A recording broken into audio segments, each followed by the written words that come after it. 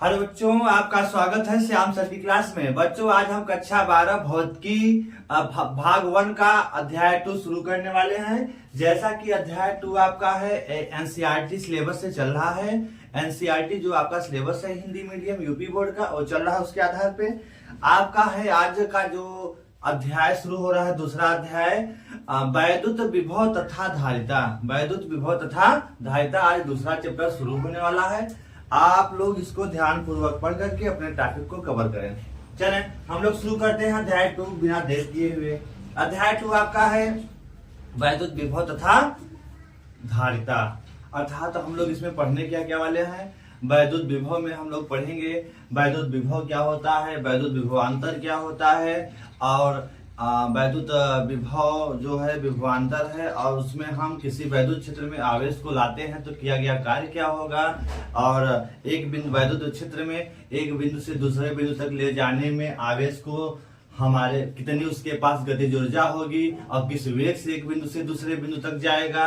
इन सभी चीजों का अध्ययन पहले हम लोग करेंगे। उसके बाद हम लोग पढ़ने वाले हैं इसमें तब हम लोग पढ़ेंगे कि समविभव पृष्ठ क्या होता है। उसके बाद हम लोग पढ़ेंगे बिंदु आवेश के कारण वैद्युत विभव का फार्मूले का डेरिवेशन पढ़ेंगे। उसके बाद वैद्युत द्विध्रुव क्या होता है, फिर वैद्युत द्विध्रुव आघूर्ण के बारे में जानेंगे। फिर वैद्युत द्विध्रुव के कारण अच्छी स्थिति पर वैद्युत विभव क्या होगा, निरक्षी स्थिति पर वैद्युत विभव क्या होगा, किसी बिंदु पर वैद्युत विभव क्या होगा। इन सारे फार्मूलों का डेरिवेशन होगा। फिर वैद्युत स्थितिज ऊर्जा के बारे में थोड़ा सा हम लोग पढ़ेंगे। फिर वैद्युत द्विध्रुव में वैद्युत क्षेत्र में स्थित वैद्युत द्विध्रुव को घुमाने में किए गए कार्य के लिए सूत्र का निगमन किया जाएगा। फिर उसके बाद हम लोग इधर तब विभव का टॉपिक समाप्त होगा। फिर शुरू होगा हम लोगों का संधारित्र क्या होता है। पहले धारिता पढ़ेंगे, फिर संधारित्र का सिद्धांत क्या है, संधारित्र किसे कहते हैं, फिर संधारित्र की धारिता के लिए सूत्र हम लोग देखेंगे। फिर निर्वात, अगर उनके प्लेटों संधारित्र की प्लेटों के बीच निर्वात भरा है तो उसके धारिता का फार्मूला क्या होगा। इन सभी चीजों को हम लोग पढ़ करके अपने दूसरे अध्याय को कवर करेंगे। फिर संधारित्रों का लास्ट में संयोजन भी पढ़ना है हमें। इस तरह से हम लोग दूसरे टॉपिक को पूरी तरह से पढ़ के समाप्त करेंगे।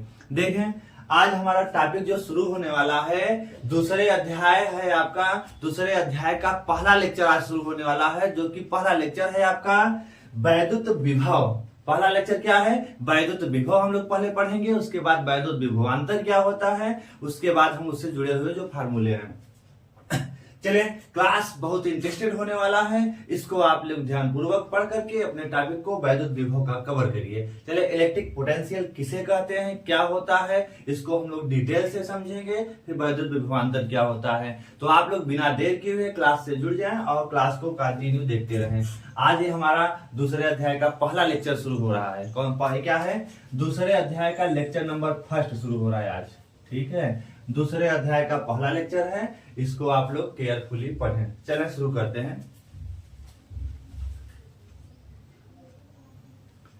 चलें वैद्युत विभव क्या होता है हम लोग पहले डिटेल से इसको समझते हैं। वैद्युत विभव के बारे में देखिए, जैसा कि वैद्युत विभव क्या है, जैसे मान लो जैसे आपने पढ़ रखा है कि अगर आपका कहीं आवेश है, इसके पहले आपने पहले चैप्टर में पढ़ा कि वैद्युत विभव की शुरुआत पहले हम लोग देखेंगे हुई कहां से। देखो, जब पहले हम लोगों ने पढ़ा कि पहले चैप्टर में अगर कोई आवेश है तो इस आवेश के कारण इसका एक अपना वैद्युत क्षेत्र होगा।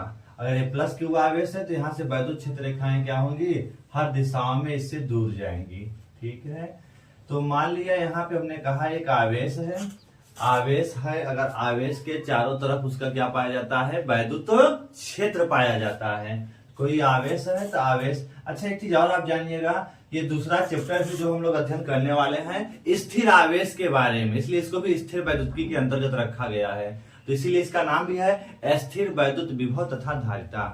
तो यह दूसरे अध्याय को जो हम लोग पढ़ रहे हैं, पहले अध्याय में हम लोगों ने पढ़ा था स्थिर आवेश के बारे में अध्ययन किया गया था। स्थिर आवेश के कारण उसके चारों तरफ वैद्युत क्षेत्र था, उसमें वैद्युत बल कार्य कर रहा था, वैद्युत क्षेत्र की तीव्रता थी। इस सब का अध्ययन हम लोग पहले चैप्टर में किए थे। दूसरे में हम लोग करने क्या वाले हैं, स्थिर आवेश रहेगा, उसके चारों तरफ उसका वैद्युत क्षेत्र है, तो उस वैद्युत क्षेत्र के दो गुण होते हैं।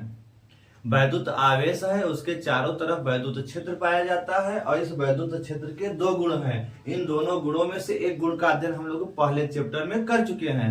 तो इस वैद्युत आवेश के चारों तरफ वैद्युत क्षेत्र, तो वैद्युत क्षेत्र का दो गुण है। पहला गुण क्या है? वैद्युत क्षेत्र की तीव्रता होती है। इसकी क्या होती है? अपनी वैद्युत क्षेत्र की क्या होती है? वैद्युत क्षेत्र की तीव्रता। अर्थात कहीं अगर आवेश है तो आवेश के चारों तरफ वैद्युत क्षेत्र है, तो अगर इस वैद्युत क्षेत्र के किसी बिंदु पर हम लोग देखेंगे तो यहाँ पर एक वैद्युत क्षेत्र की तीव्रता हमें मिलेगी। क्या मिलेगी? वैद्युत क्षेत्र की तीव्रता मिलेगी। और कितना मिलेगी हम लोगों ने पहले चैप्टर में अध्ययन कर लिया है। अब चूंकि वैद्युत क्षेत्र की तीव्रता क्या है? एक सदिश राशि थी, तो सदिश राशि के बारे में इसका अध्ययन हम लोग पहले चैप्टर में किया। अब हम लोग दूसरे चैप्टर में क्या पढ़ने वाले हैं, ध्यान से देखिए। यहाँ पढ़ना है हमें वैद्युत आवेश है, उसके चारों तरफ वैद्युत क्षेत्र है, उसके क्षेत्र में स्थित किसी बिंदु पर एक तो वैद्युत क्षेत्र की तीव्रता होती है, दूसरा इस क्षेत्र का गुण क्या है? इसमें वैद्युत विभव भी पाया जाता है। क्या पाया जाता है? वैद्युत विभव भी पाया जाता है। अर्थात इस वैद्युत क्षेत्र में इस बिंदु पर एक वैद्युत क्षेत्र की तीव्रता भी काम करेगी और इस बिंदु पर एक वैद्युत विभव भी होगा। इस बिंदु पर एक वैद्युत विभव भी होगा। इसी वैद्युत विभव के बारे में हम लोग अध्ययन करने वाले हैं। क्योंकि वैद्युत क्षेत्र की तीव्रता सदिश राशि है, लेकिन वैद्युत विभव एक अदिश राशि है। तो आपको पता होना चाहिए कि आवेश है, आवेश के चारों तरफ एक बिंदु अगर आप लेंगे तो उस वैद्युत क्षेत्र में एक स्थित बिंदु लेंगे, उस बिंदु पर वैद्युत क्षेत्र के दो गुण पाए जाते हैं। एक तो वैद्युत क्षेत्र की तीव्रता होती है, दूसरा होता है वैद्युत विभव। तो वैद्युत क्षेत्र की तीव्रता का अध्ययन पहले चैप्टर में हो गया है। इस बिंदु पर एक विभव भी पाया जाएगा, उसका अध्ययन हम लोग दूसरे चैप्टर में करने वाले हैं। जो पहला टॉपिक आपका शुरुआत है वैद्युत विभव। चलें, तो हम लोग अब पहुंचे हैं वैद्युत क्षेत्र का ही एक गुण है वैद्युत विभव, उसको पढ़ने वाले हैं दूसरे चैप्टर में। चलें शुरू करते हैं बिना देर किए हुए। हम लोग देखिए, आप इस टॉपिक को पहले अच्छे से समझ लीजिए। वैद्युत विभव है क्या? देखिए, परिभाषा इसकी बहुत इजी है। आप देखिए होता क्या है वैद्युत विभव। मान लिया एक कहीं पर आवेश रखा है, इस आवेश के चारों तरफ इसका क्या होगा? अपना एक वैद्युत क्षेत्र होगा। आवेश के चारों तरफ इसका क्या होगा? अपना एक वैद्युत क्षेत्र होगा। ठीक है, एक चीज आपको पता चल गया, जिस तरह से किसी बिंदु पर आपको वैद्युत क्षेत्र की तीव्रता मिलती है, उसी तरह से किसी बिंदु पर आपको वैद्युत विभव भी मिलेगा। मतलब वैद्युत क्षेत्र में स्थित किसी बिंदु पर वैद्युत विभव भी पाया जाता है। यह वैद्युत क्षेत्र का एक गुण है। इसी गुण का अध्ययन हम लोग करने वाले हैं। माना एक ठो यहाँ पे धन क्यू आवेश है, जिसके चारों ओर एक अपना क्या है? इसका एक वैद्युत क्षेत्र है। अब इस वैद्युत क्षेत्र में स्थित कोई बिंदु अगर हमने मान लिया यह बिंदु ए है, ठीक है, इस ए पर एक विभव भी होगा जिसे वैद्युत विभव भी कहा जाता है। तो इसकी डिफिनीशन आप बता सकते हैं। देखिए ध्यान से समझिएगा। वैद्युत क्षेत्र जो होता है वह अगर कोई यहाँ पे आवेश आता है इस बिंदु ए पर, तो वैद्युत क्षेत्र उस पर बल लगाता है। वह बल क्या होता है? वैद्युत बल होता है। अगर वह आपका धन आवेश है तो उस पर बल किधर लगेगा? बाहर की ओर, अपने दिशा में। अगर ऋण आवेश होगा तो अपने से किधर लगाएगा? विपरीत दिशा में लगाता है। ठीक है, तो यहाँ पर अगर समझिएगा तो देखिए ध्यान से समझिए। मान लिया एक तो कोई आपके पास आवेश है, एक यहाँ पे इनफाइनाइट अनंत हम मान लेते हैं। यहाँ पर मान लेते हैं यह अनंत है। अनंत पर एक आपका आवेश है, धन परीक्षण आवेश क्यू नॉट है। धन परीक्षण आवेश क्या है? Q not. देखिए धन परीक्षण आवेश को इसलिए लिया गया है क्योंकि धन परीक्षण आवेश का अपना इसकी मान लेते हैं यह बहुत सूक्ष्म, इसकी मात्रा बहुत सूक्ष्म है, जिसके कारण इसका अपना स्वयं का कोई वैद्युत क्षेत्र हम लोग गणना में नहीं लेते हैं। जब इसका स्वयं का कोई वैद्युत क्षेत्र नहीं लेंगे तो इससे हमें इसके वैद्युत क्षेत्र से कोई लेना देना नहीं होगा। तब हम लोग करेंगे क्या? अब आप सोचिए, अगर इस धन क्यू नॉट आवेश को हम अगर ये वैद्युत क्षेत्र मान लिया यहाँ तक आपका विस्तृत है, यहाँ तक फैला है वैद्युत क्षेत्र, अगर हम इस आवेश को ला करके यहाँ पहुंचा दिए हैं, अगर हम इसको अनंत से यहाँ तक ला रहे हैं, किसी कारणवश हम यहाँ पे लाए, यहाँ तक हम लाए, तो देखिए कि वैद्युत क्षेत्र तो बहुत दूर है और ये आवेश अपना अपना बहुत दूर है क्यू नॉट। अब देखें इस क्षेत्र इसमें कोई संबंध नहीं होगा, मतलब यह वैद्युत क्षेत्र इस क्यू नॉट आवेश को किसी प्रकार से डिस्टर्ब नहीं करेगा। लेकिन अब मान लिया इस आवेश को थोड़ा सा दूर, यहाँ हमने आवेश आगे यहाँ रखा गया, अब अगर आवेश यहाँ भी है तब भी वैद्युत क्षेत्र आवेश से कोई मतलब नहीं होता है, मतलब यह वैद्युत क्षेत्र इस आवेश पर किसी प्रकार का कोई बल आरोपित नहीं करेगा। लेकिन मान लिया अगर आपका आवेश यहाँ पर भी पहुंचा, अब भी मतलब इसके बाउंड्री से थोड़ा सा दूर है, अब भी इस आवेश को यह वैद्युत क्षेत्र किसी प्रकार से कोई डिस्टर्ब नहीं करेगा। लेकिन मान लेते हैं यह आवेश जैसे इस बाउंड्री पर प्रवेश करेगा, यहाँ बाउंड्री के अंदर जैसे मतलब इसके वैद्युत क्षेत्र में, इस आवेश के वैद्युत क्षेत्र में जैसे ही यह क्यू नॉट प्रवेश करेगा, यहाँ पर जैसे ही यह क्यू नॉट यहाँ पर प्रवेश किया, अब यह वैद्युत क्षेत्र क्या करेगा, इस क्यू नॉट पर एक बल लगाएगा। अब क्या कौन सा बल होगा, देखिए यह धन आवेश है, यह भी धन आवेश है, यह धन आवेश इस पे इसके क्षेत्र में जैसे ही प्रवेश किया इस बाउंड्री के अंदर, यह धनावेश इस धनावेश को क्या करेगा, एक बल लगाएगा। वह बल कौन सा बल होगा, प्रतिकर्षण बल लगाएगा। कौन सा बल लगाएगा, प्रतिकर्षण बल लगाएगा। और प्रतिकर्षण बल लगा करके इसको क्या करेगा, दूर करेगा, तुम दूर चले जाओ, मतलब इसको भगाएगा। लेकिन ये कहता है क्यू नॉट कि क्यू नॉट क्या कहे, आवेश, क्यू नॉट आवेश को जाना है ए बिंदु पर। क्यू नॉट कहता है हमें तो ए पर जाना है, हमें आप क्यों भगा रहे हैं, मतलब ये प्रतिकर्षण बल लगा के दूर ढकेल रहा है। लेकिन क्यू नॉट कहता है हमें ए पर जाना है। तो आप अब तर्क से सोचिएगा, अगर यह क्यू आवेश क्यू नॉट, देखो क्यू आवेश की मात्रा भी ज्यादा है, क्यू नॉट की मात्रा क्या है, कम है, अर्थात प्रबल कौन है, प्लस क्यू आवेश, क्यू नॉट दुर्बल है। अब जब क्यू ने इसको इस पे प्रतिकर्षण बल लगाया तो क्यू नॉट यहाँ से क्या होगा, अरे इसको दूर भगाने की कोशिश करेगा। लेकिन क्यू नॉट कहता है अब क्यू नॉट के पास इतनी, इसकी मात्रा इतनी कम है कि स्वयं यहाँ पे जा नहीं सकता ए बिंदु पर। अगर मान लिया ए बिंदु कहीं इधर है, इधर ही कहीं पर है, ठीक है। अब क्यू नॉट जब यहाँ बाउंड्री पर प्रवेश किया तो क्या किया, वैद्युत क्षेत्र में उसमें प्रतिकर्षण बल लगा के उसको रोक दिया कि मत आओ। लेकिन क्यू नॉट कहता है नहीं, हमें ए पर तो जाना ही जाना है। अब इसके लिए क्या करना पड़ेगा, क्यू नॉट तो कमजोर है इससे, अब क्यू नॉट पर हमें एक्स्ट्रा वर्क करना पड़ेगा, एक्स्ट्रा काम करना पड़ेगा। अब देखो जब तक इधर था तो कोई किसी के विरुद्ध कोई काम नहीं था, लेकिन जैसे इस बाउंड्री के अंदर प्रवेश करेगा क्यू नॉट, यह वैद्युत क्षेत्र उसको मना करेगा। अब क्यू नॉट कहता है हमें तो ए पर जाना है, अब ए पर जाने के लिए क्या करना पड़ेगा, क्यू नॉट को हमें लेकर के जाना पड़ेगा। मतलब अब क्यू नॉट को अगर ए बिंदु पर जाना है, इस वैद्युत बल के विरुद्ध उसे कार्य करना पड़ेगा।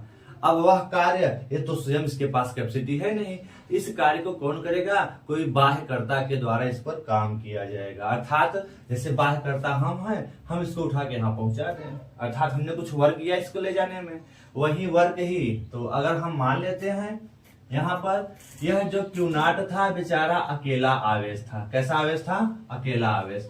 जब ये अकेले जा रहा था, अकेले जैसे ही कहता है हम, क्यू नॉट कहता है हम ए पर जाएंगे, तो ये कहेगा तुम अकेले भी हो, कमजोर भी हो, तुमको हम भगा देंगे। लेकिन इस पर हम बाह्यकर्ता ने काम किया और इस क्यू से विरुद्ध, क्यू के विरुद्ध जबरदस्ती काम करके ए पर पहुंच आया। इसका मतलब क्यू नॉट को इस ए बिंदु तक आने में इस क्यू के विरुद्ध क्या करना पड़ा, काम करना पड़ा।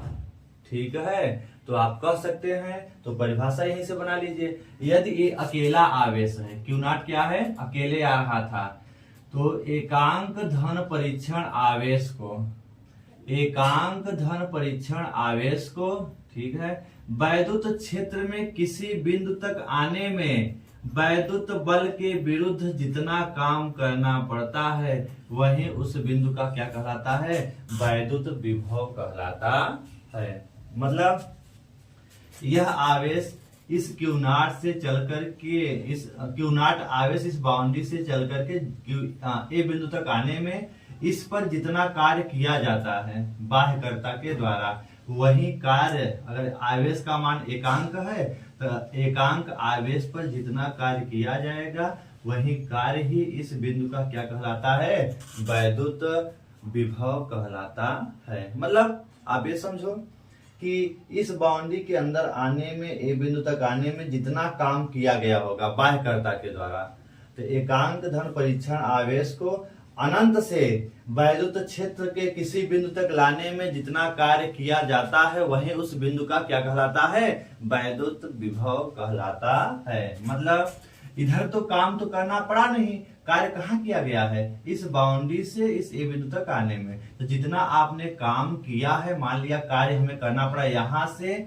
यहां तक आने में, जो कार्य करना पड़ा वो मान लिया क्या है, W है। ठीक है, और कौन सा आवेश पर कार्य किया गया, Q0 पर किया गया। तो आप दूसरे तरह से परिभाषा बता सकते हैं, तो जो यहां से यहां तक आने में कार्य किया गया और जिस आवेश पर कार्य किया गया, इनके अनुपात को ही, इनके अनुपात मतलब कार्य किया गया W, किस आवेश को लाया गया, Q0 पर कार्य किया गया, और इन दोनों का अनुपात ही इस ए बिंदु पर क्या कहलाता है, वैद्युत विभव। ए क्या बताता है बिंदु को, V क्या है यहाँ पे वैद्युत विभव का प्रतीक है। तो यही है वैद्युत विभव का फार्मूला। अर्थात जो आपका Q0 आवेश को अनंत से बाह्य वैद्युत क्षेत्र में लाने में जितना कार्य किया गया, तो कार्य और आवेश का अनुपात जो है उस बिंदु पर वैद्युत विभव कहलाता है। ठीक है, लेकिन अभी हमें परिभाषा बताया कि अगर हम Q0 का मान एकांक कर दें तो आपका जो VA है किसके बराबर हो जाएगा, W के बराबर। W क्या है, यहाँ किया गया कार्य बाह्यकर्ता के द्वारा। तो वही परिभाषा बना लीजिए, एकांक धन परीक्षण आवेश को अनंत से वैद्युत क्षेत्र के किसी बिंदु तक लाने में जो कार्य करना पड़ता है वही कार्य उस बिंदु पर वैद्युत विभव कहलाता है। वैद्युत विभव को V से व्यक्त करते हैं और जिस बिंदु पर निकालना होता है उस बिंदु का नाम यहाँ लिख देते हैं, ए बिंदु पर है कि B बिंदु पर है कि C बिंदु पर है। ठीक है, तो इस ए बिंदु पर वैद्युत विभव कहलाता है।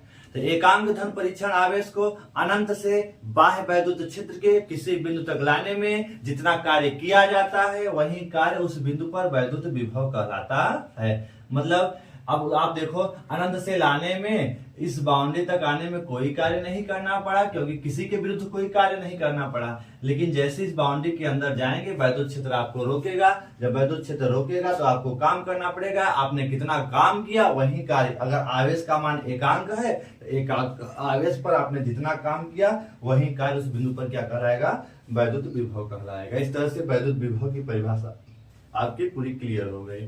तो इसको आप समझ करके अब लिख सकते हैं वैद्युत विभव किसे कहते हैं। ठीक है, तो आप लिख सकते हैं वैद्युत विभव की परिभाषा। चलिए आप लिख लीजिएगा, इस फिगर को भी आप बना करके समझ लीजिएगा। ठीक है, तो यहाँ लिख सकते हैं एकांक धन परीक्षण आवेश को, एकांक धन परीक्षण, एकांक धन परीक्षण आवेश को, एकांक धन परीक्षण आवेश को अनंत से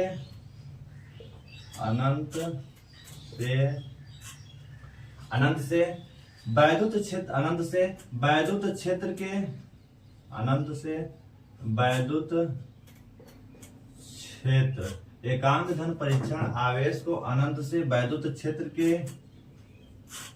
वैद्युत क्षेत्र के किसी बिंदु तक, वैद्युत क्षेत्र के किसी बिंदु तक, वैद्युत क्षेत्र के किसी बिंदु तक लाने में जो कार्य करना पड़ता है, जो कार्य करना पड़ता है, जो कार्य करना पड़ता है उसे उस बिंदु का, उसे उस बिंदु का वैद्युत विभव कहते हैं, उसे उस बिंदु का वैद्युत विभव कहते हैं, वैद्युत विभव कहते हैं। ठीक है, उससे उस बिंदु का क्या कहते हैं, वैद्युत विभव कहते हैं। ठीक है, इसे V से व्यक्त करते हैं। इसे किसे लिखा जाता है, वैद्युत विभव को V से व्यक्त करते हैं, व्यक्त करते हैं, ठीक है, इसे v से व्यक्त करते हैं, ठीक है। अब इसे v से व्यक्त करते हैं और इसका फार्मूला क्या हो जाएगा, तो वैद्युत विभव किसी बिंदु ए पर, ठीक है, किसी बिंदु ए पर वैद्युत विभव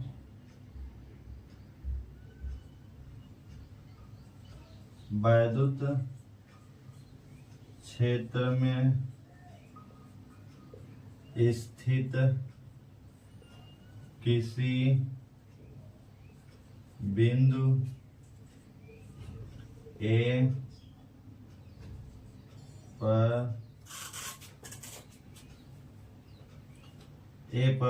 वैद्युत विभव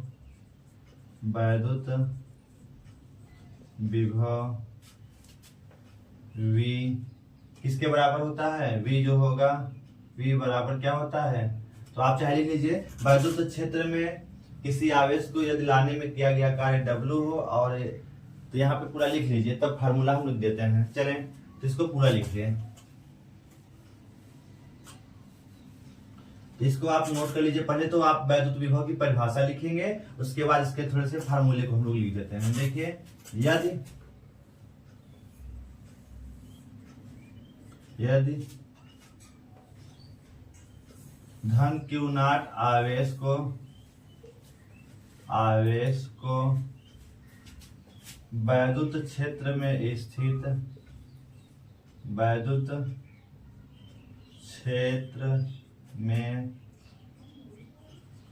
स्थित बिंदु ए तक लाने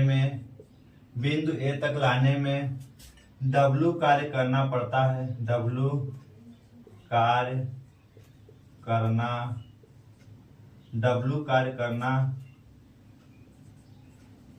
पड़ता है, तो ए बिंदु पर वैद्युत विभव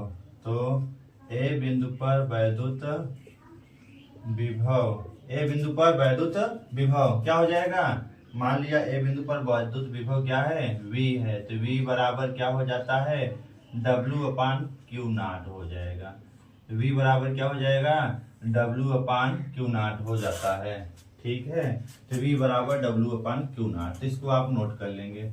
इसको अगर आगे हम बढ़ाएं, ठीक है, V बराबर W/Q नॉट, अगर इसको आगे लिखें, चूंकि यदि हमारा धन परीक्षण आवेश Q नॉट क्या है, एकांक है, अकेला है, ठीक है, एकांक धन परीक्षण आवेश है, तो V बराबर Q नॉट के स्थान पर 1 रखेंगे, तो V किसके बराबर होगा, W के होगा। अतः एकांक धन परीक्षण आवेश पर लगने वाला एकांक धन परीक्षण आवेश को अनंत से किसी बाह्य बिंदु वैद्युत क्षेत्र में स्थित किसी बिंदु ए तक लाने में जो किया गया कार्य है, वही उस बिंदु पर वैद्युत विभव कहलाता है। इस तरह से आप वैद्युत विभव की परिभाषा लिख करके अपने इस टॉपिक को कवर करिए। इसका आप स्क्रीनशॉट लेके लिख लीजिए।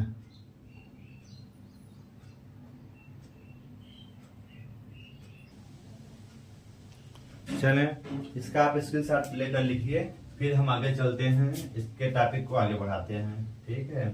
अब स्क्रीनशॉट आप लेके लिखिए, चलें आगे चलते हैं। अब चूंकि इसका फार्मूला आपने अभी पढ़ा, ठीक है, तो इसका फार्मूला भी आपने पढ़ा विभव का। ए बिंदु पर अगर विभव यहाँ देखना है, यहाँ जो फार्मूला था आपका V बराबर W/Q नॉट था, तो अगर ए बिंदु के लिए आपने लिया तो वहां ए बिंदु बना लेना। क्या बना लेना, ए बिंदु बना लेना। ए बिंदु पर वैद्युत विभव निकालना है, तो VA बराबर W/ क्या हो जाएगा, Q नॉट, ठीक है। तो यहाँ पे आप जहाँ V लिखे थे केवल वहां VA कर लीजिएगा, तो VA बराबर W/ क्या हो जाएगा, Q नॉट। तो यहाँ पर अगर ए बिंदु पर लाना है, तो ए बिंदु के लिए क्या हो जाएगा, VA बराबर W हो जाएगा। तो इसको आप उतार लीजिएगा। क्योंकि अभी आपने पढ़ा VA बराबर W/Q नॉट, ठीक है। तो अब आप देखिएगा इस विभव का मात्रक, तो विभव का मात्रक क्या होता है, विभव का मात्रक क्या हो जाएगा, तो आप यहाँ पर देख रहे हैं विभव का मात्रक क्या है। अगर यहाँ पे आप देखें तो ये डब्लू का मात्रक क्या है, डब्लू कार्य है, तो कार्य का मात्रक क्या होता है, जूल होता है, बटे आवेश का मात्रक क्या होता है, कूलाम। आवेश का मात्रक क्या होगा, कूलाम। इस तरह से विभव का मात्रक क्या होता है, जूल प्रति क्या होगा, कूलाम होगा। इसका मात्रक क्या होगा, जूल प्रति कूलाम, या इसे किस नाम से जाना जाता है, वोल्ट के नाम से जाना जाता है। तो जूल प्रति कूलाम या वोल्ट। और यह कैसी राशि है, अदिश राशि है। यह कैसी राशि है, अदिश राशि है। ठीक है। और यह करती क्या है, तो ये पॉइंट में चाहे देना, पहला विभव का मात्रक जूल प्रति कूलाम या वोल्ट होता है। ठीक है, कुछ नोट पॉइंट में आप इसको चाहे नोट कर लेना, नोट पॉइंट में। ठीक है। दूसरा क्या है, दूसरा क्या है, यह अदिश राशि है। यह कैसी राशि है, अदिश राशि है। ठीक है, यह अदिश राशि है। तीसरा पॉइंट इसका नोट कर लेना। देखिए, जो वैद्युत विभव होता है आवेश के प्रवाह की दिशा का निर्धारण करता है। ठीक है, तो वैद्युत विभव जो होता है, वैद्युत विभव, वैद्युत विभव आवेश के प्रवाह के वैद्युत विभव आवेश के प्रवाह के दिशा का निर्धारण करता है। इसको भी आप नोट कर लीजिए, 3 पॉइंटों को। मतलब इसको देखिए, विभव का मात्रक जूल प्रति कूलाम या वोल्ट होता है। यह अदिश राशि है। वैद्युत विभव आवेश के प्रवाह की दिशा का निर्धारण करता है। इसको थोड़ा सा समझिएगा आप, तीसरे पॉइंट को। चलें, 2 पॉइंट आप इसको नोट करिए, तीसरा वाला भी नोट कर लीजिए, इसको हम समझा देते हैं। देखिए, ये कैसे दिशा निर्धारण करता है, इसको आप थोड़ा सा समझ लीजिए, फिर हम लोग चलेंगे वैद्युत विभवांतर क्या होता है। ठीक है, वैद्युत विभव आपका हो जाएगा, फिर विभवांतर को देखिए।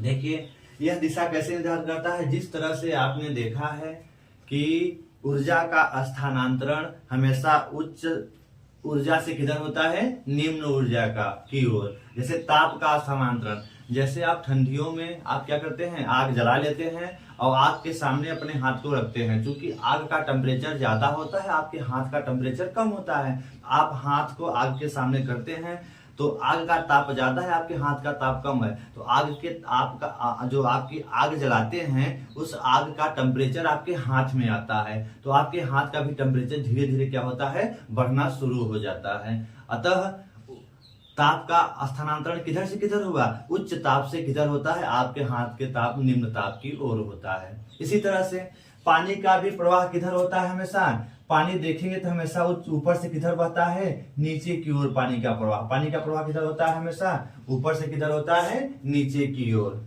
ठीक है, तो ऐसे बहुत से उदाहरण हैं। तो इस तरह से हमेशा जो प्रवाह होता है की प्रकृति होती है, हमेशा उच्च से किधर होता है, निम्न की ओर। इसी तरह से वैद्युत विभव जो होता है यह निर्धारण करता है, जैसे आपने घरों में देखा होगा सप्लाई के लिए। ठीक है, जैसे मान लिया कोई एक बल्ब है, बल्ब को हमने एक बैटरी से जोड़ दिया। बल्ब को किससे जोड़ दिया, बैटरी। ये बैटरी का धन टर्मिनल, ये बैटरी का माइनस टर्मिनल है। ठीक है, तो देखिए, अगर मान लिया ये बैटरी आपकी 10 वोल्ट की है, बैटरी कितने वोल्ट की है, 10 वोल्ट की है, तो आपका जो यह धन टर्मिनल होता है इसका जो विभव होगा वो 10 वोल्ट होगा, और यह जो माइनस टर्मिनल है इसका जो विभव होगा कहाँ होता है, 0 वोल्ट पर होता है।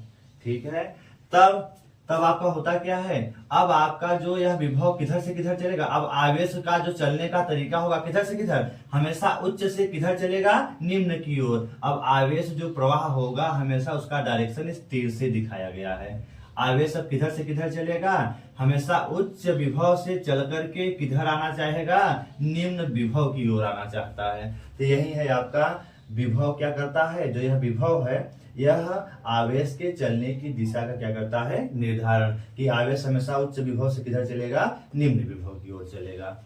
ठीक है, तो यही है तीसरे पॉइंट में, यह आवेश के चलने की दिशा का निर्धारण करता है। यही कारण है कि आप देखें विभवांतर ही देखिए, घरों में जो आपके सप्लाई आती है, ठीक है, जैसे 2 ठो तार होते हैं फेस वाले तार, ठीक है, एक ठो क्या होता है आपका न्यूट्रल वाला तार, या फिर आप करते क्या हैं, जैसे वैद्युत बल्ब जो आप लगाते हैं घरों में, जो दो तार, अगर दो टू सिंगल फेज सप्लाई है, फेस और एक न्यूट्रल अगर तार आपके घरों में है, ठीक है, तो होता क्या है, फेस वाले पे जैसे आपने देखा कि 220 वोल्ट सप्लाई आपके यहाँ आती है, कितनी आती है, 220 वोल्ट लगभग में आती है, ठीक है।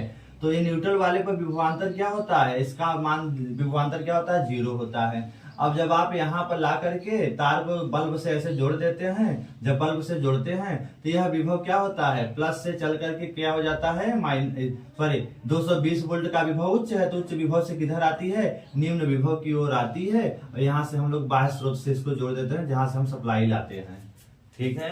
तो हमारा इस तरह से बल्ब प्रकाशित हो जाता है। अगर हमें इसका विभव निम्न न करें, एक हम न्यूट्रल तार न लगाएं, अगर हम मान लो दोनों फेस लगा दें, दोनों फेस लगा दें 220 वोल्ट, तो हमारा वैद्युत बल्ब प्रकाशित नहीं होगा। क्यों? क्योंकि अब विभव, दोनों का विभव क्या है, उच्च है, तो इसका प्रवाह नहीं होगा, उतने पर ही रुका रहेगा। आपने देखा होगा, इसलिए दो फेस तार हैं और समान अगर विभवांतर है तो कभी भी आपका कोई कार्य नहीं होता। हाँ, एक काम हो सकता है, फेस तारों से आप काम कर लेते हैं, लेकिन कब, एक में 220 वोल्ट हो, एक में 100 वोल्ट हो। अब क्या होगा, 220 ज्यादा है, 100 क्या है, कम है।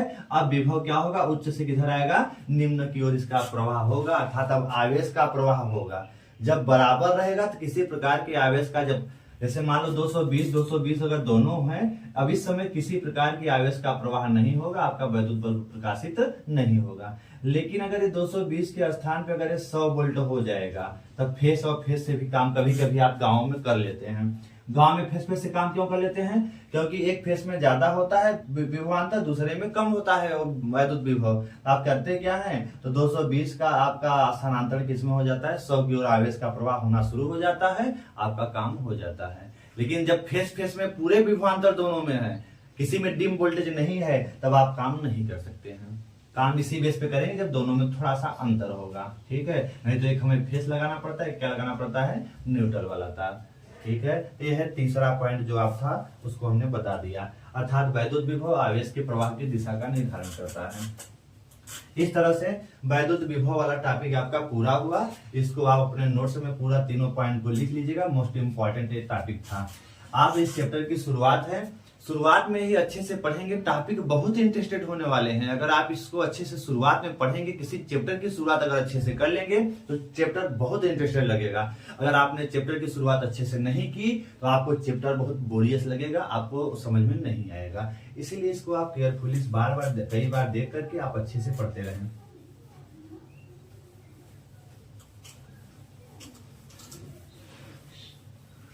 तो आज आपको एक चीज और पता चल गया कि हमारे गांव में, आपके क्षेत्र में, आपके कस्बों में, आपके शहरों में आखिर एक फेस, दो फेस तार, अगर 2 फेस है आपकी सप्लाई, तो 2 फेस तार, एक न्यूट्रल तार क्यों लगा होता है। तो 2 फेस एक न्यूट्रल की आवश्यकता इसलिए होती है क्योंकि देखो, आपके घरों में एक फेस एक न्यूट्रल से सप्लाई अगर आती है तो आपको फेस में विभवांतर ज्यादा होता है, न्यूट्रल में विभवांतर कम है, अर्थात 0 है। अर्थात आवेश का प्रवाह कराना है तो एक उच्च विभव होना चाहिए, दूसरा क्या होना चाहिए, निम्न विभव, तभी आपके आवेश का प्रवाह हो सकता है। अगर सभी फेस लगा दें, न्यूट्रल की सप्लाई आपके गांव में नहीं दौड़ाई जाए, तब आवेश का प्रवाह संभव नहीं है। या फिर हम जब फेस लगाएं, तब फेस जब लगाएं फेस तार, तो उसमें क्या करें, सब किसी में विभवांतर ज्यादा करें, किसी में क्या करें, कम करें, जो कि संभव नहीं है। ऐसा संभव है कि फेस वहां से हम अब अलग अलग चुन के दें कि 220 दो, 100 दो, 50 वोल्ट दो। इसीलिए हम क्या करते हैं, सुविधा के लिए अगर हमें 2 फेस सप्लाई चाहिए तो 2 में फेस में 220 वोल्ट कर देते हैं, तीसरा एक तार दौड़ाया जाता है न्यूट्रल के लिए, जिसमें विभव क्या कर देते हैं, 0 कर देते हैं। अब अपने घरों में हम एक फेस ले लेते हैं, एक न्यूट्रल लेकर के अपना काम चला लेते हैं। अब हमारा आराम से उच्च विभव से निम्न विभव की और आवेश प्रवाह होगा, और जब आवेश प्रवाह होगा तभी हमें वैद्युत धारा मिलती है। तीसरे चैप्टर में पढ़ा जाएगा। तो इस तरह से आपका वैद्युत विभव वाला टॉपिक पूरी तरह से कवर हुआ, फुल कंसेप्ट के साथ।